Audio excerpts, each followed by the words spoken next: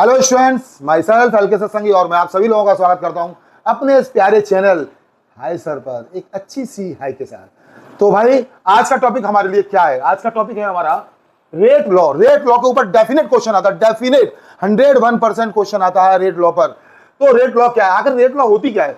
मैंने नेक्स्ट पहली वाली वीडियो में बताया था, जैसे रेट ऑफ रिएक्शन बताया था। तो रेट ऑफ रिएक्शन में क्या होता है, जो हमारे रिएक्टेंट होते हैं वो प्रोडक्ट में कन्वर्ट होते हैं, इनकी कंसंट्रेशन चेंज होती है। तो यहाँ रेट लॉ सिर्फ ओनली रिएक्टेंट पे डिपेंड करता है। ये रिएक्टेंट हमारा ए और बी, ये दो रिएक्टेंट है। रेट लॉ सिर्फ किस पे डिपेंड करता है? रिएक्टेंट की कंसंट्रेशन पे। तो रेट लॉ का मतलब क्या कहता है? रेट लॉ एक ऐसा रिप्रेजेंटेशन है, एक ऐसा रिप्रेजेंटेशन है जिसके अंदर रेट ऑफ रिएक्शन यानी कि रेट किस चीज पे डिपेंड करती है? Concentration of the reactant. जैसे देखो ए और बी दो रिएक्टेंट है, मैंने ए और बी रिएक्टेंट लिख दिया। चलो इसे दोबारा से अपनी तरह से लिख के दिखाता हूं आपके सामने, ऐसे नहीं है ना। ये है हमारे पास रिएक्टेंट ए और बी, ठीक है भाई। अब मैं लिख रहा हूं रेट, यानी रेट ऑफ रिएक्शन मतलब रेट एक ही बात है। प्रोपोर्शनल का साइन आया, ये किस पे डिपेंड कर रहा है? इन रिएक्टेंट की कंसंट्रेशन पे। रिएक्टेंट कौन कौन से? ए और कौन सा है? बी, ठीक है भाई। इनके आगे जो लिखा होता है वो पावर में पहुंच जाता है एक्स, इसके आगे जो है भाई, यानी कि नंबर ऑफ मोल्स पावर में पहुंच जाते हैं। इसके बाद रेट। अब आपको मालूम है प्रोपोर्शनल का साइन आते हैं, इक्वल का आता है और कांस्टेंट आता है। और बाकी सब आप ऐसे ही उतार देंगे, कोई भी चेंज नहीं होगा। तो आपने क्या किया? आपने रेट ऑफ रिएक्शन को रिएक्टेंट की कंसंट्रेशन के टर्म्स में लिख दिया, इस टर्म्स में लिख दिया, और इसी रिप्रेजेंटेशन को बोलते हैं रेट लॉ।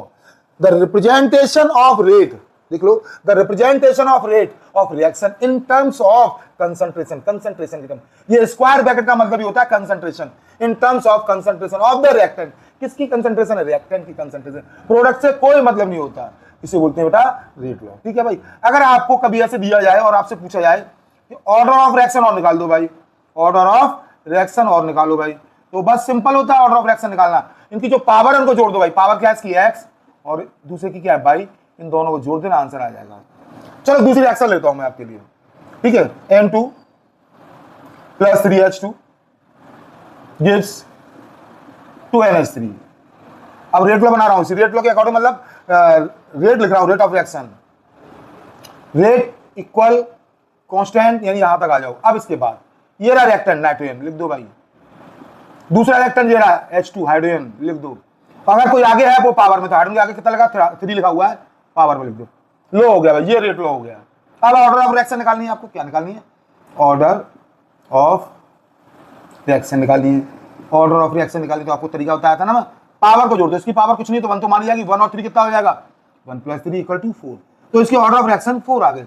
इस तरह से हम रेट लॉ को क्लासिफाइड नहीं करेंगे, बल्कि एक्सप्रेस करेंगे। किसके रूप में करेंगे हम? कंसंट्रेशन के टर्म्स में।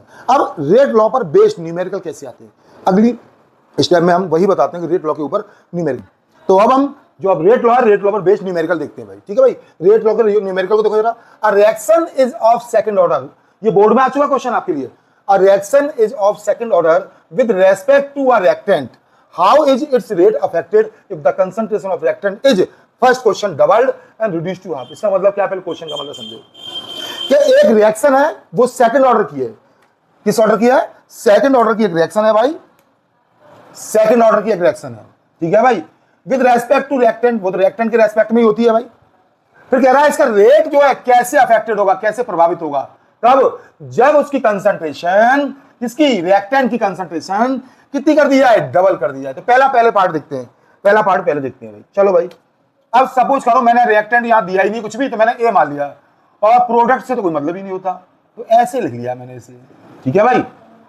और फिर रेट लॉ का फॉर्मूला लिखिए आप, रेट इक्वल टू के, और फिर ये आ गया आपका reactant.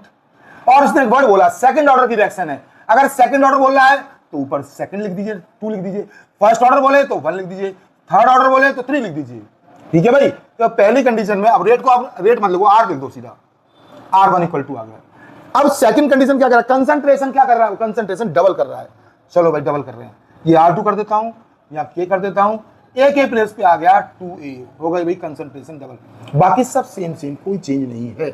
Equation first, equation second. अब solving equation first and second, solve कर दो, सिंपल है, ऊपर नीचे उतार दीजिए। लो R1 / R2 K A ^ 2 के टू ए पावर टू, के से के कैंसिल, ए से ए कैंसिल, R1 ओवर R2, 1/2 बचा, स्क्वायर, 1 का स्क्वायर 1, 2 का हो गया 4, क्या आ गया R2 इक्वल टू आ गया 4R1, R2 इक्वल टू आ गया 4R1। इसका मतलब क्या हुआ, बाद वाली कंसंट्रेशन, जब कंसंट्रेशन डबल कर दी गई तब रेट हमारी क्या होगी, 4 टाइम हो गई, 4 टाइम इंक्रीज हो गई। क्या भाई, 4 टाइम इंक्रीज हो गई,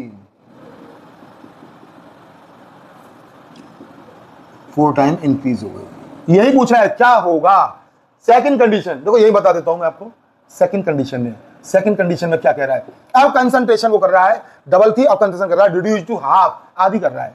बस यही फॉर्मूला लिखिए, R1 का फॉर्मूला यही उतारेंगे आप, के और ए पावर है 2 और डायरेक्ट नीचे लिख लीजिए R2 के।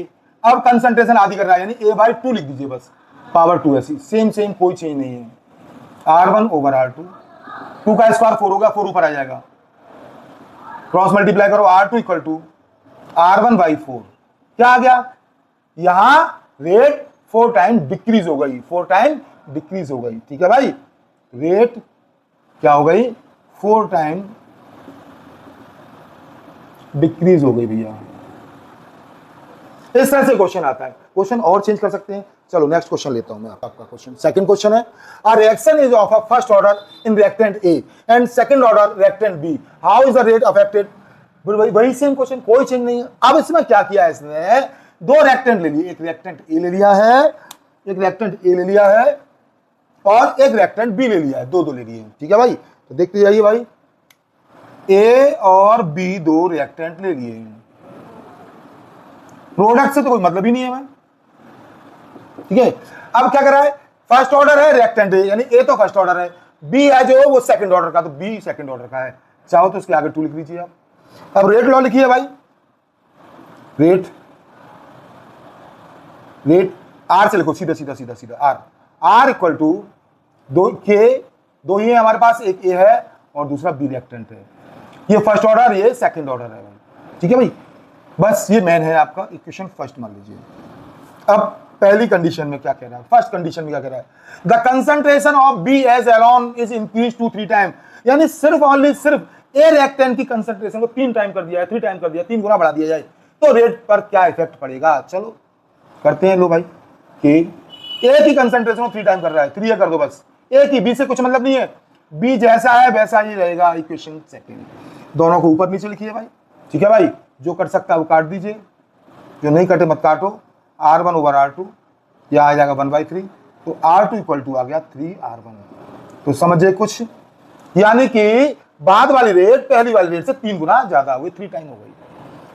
अब इसके बाद सेकंड पार्ट, इसका सेकंड पार्ट में क्या कहता है भाई, सेकंड पार्ट में क्या कहता है, सेकंड पार्ट में कह रहा है कि ए और बी दोनों की कंसंट्रेशन चेंज कर रहा है वैसे। तो R1 तो वैसे लिखेंगे आप जैसे अभी थी, के A B power 2 R2 second part में। हाँ भाई, the concentration of A as well as B are double, दोनों डबल कर दे रहा है भाई, दोनों की कंसंट्रेशन ए की भी डबल है, बी की भी डबल है भाई, बी की कंसंट्रेशन भी डबल है।